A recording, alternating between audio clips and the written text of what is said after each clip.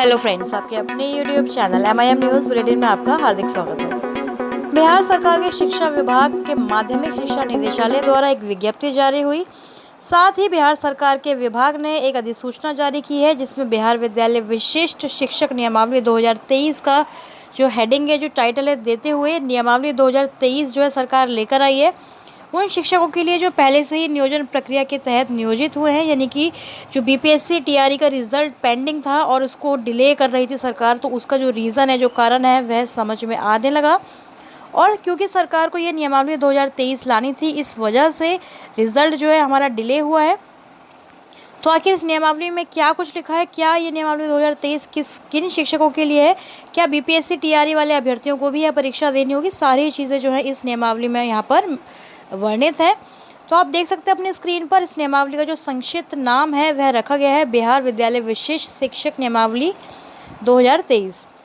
तो इसकी देखिए पूरी यहाँ पर चीज़ें जो है आगे बताई हुई हैं, उसकी एक तरह से परिभाषाएं दी हुई हैं, संवर्ग बताया हुआ है।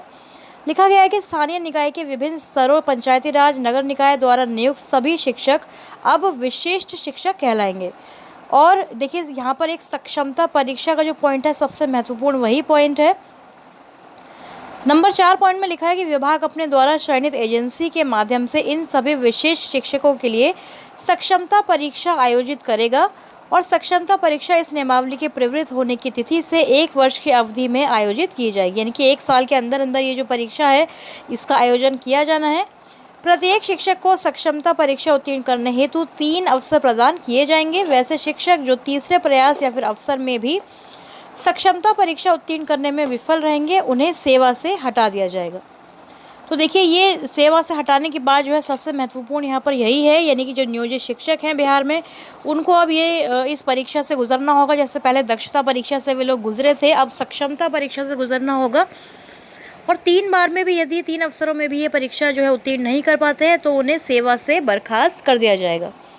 इस नियमावली सीधी भर्ती के तहत यहाँ पर लिखा है कि इस नियमावली के तहत अनुकंपा के आधार पर नियुक्ति के अलावा कोई भी सीधी नियुक्ति नहीं होगी, यानी कि नियमावली 2023 के तहत जो भी नियुक्ति होगी, जो भी ये विशेष शिक्षक बनेंगे, वह केवल सक्षमता परीक्षा, यानी कि जो नियोजित शिक्षक है परीक्षा देने के बाद ही बनेंगे। सीधी बहाली नहीं होगी।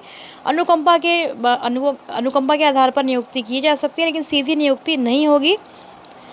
और अनुकंपा के आधार पर नियुक्ति विभाग की प्रचलित नीति, पात्रता एवं रिक्ति के अनुसार ही दी जाएगी, जैसे कि पहले दी जाती रही है। तो यहाँ पर सारी चीज़ों को वर्णन करते हुए बताया गया है।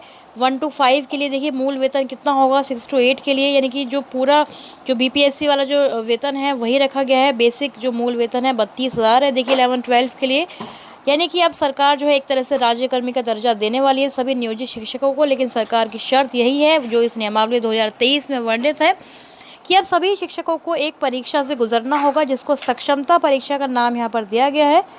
समय अवधि, अभियुक्तियाँ, सारी चीज़ें यहाँ पर जो है पूरी विस्तार से वर्णित की गई है नियमावली में।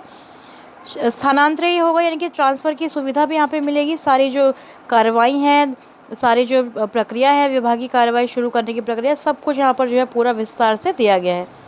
तो यही रीज़न रहा होगा सरकार के पास BPSC TRE की जो TRE का जो रिज़ल्ट है उसमें देरी करने का।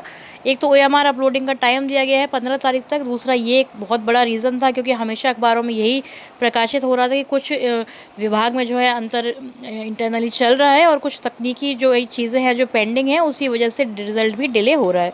तो उम्मीद करते हैं कि BPSC TRE जो कैंडिडेट्स हैं उनका रिज़ल्ट जो है बहुत जल्द प्रकाशित होगा। साथ ही नियोजित शिक्षक जो राज्यकर्मी बनना चाहते हैं, जो केपेबल है, उनके लिए बहुत ही सुनहरा अवसर है कि पहली ही बार में अगर वे क्वालिफाई कर लेते हैं, नहीं तो फिर 3 बार भी यदि वह क्वालिफाई नहीं कर पाए इस परीक्षा में, तो उनको सेवा से निकाल दिया जाएगा। तो 3 अवसर हैं, बहुत कम नहीं होते हैं 3 अवसर। जो भी केपेबल हैं वह ज़रूर इस परीक्षा में सफल हो पाएंगे। तो इस वीडियो फिलहाल यही अपडेट थी। आगे की अपडेट्स के लिए हमारे साथ जुड़े रहें। हमारे चैनल MIM न्यूज़ बुलेटिन को सब्सक्राइब ज़रूर कर लें। Thank you for watching.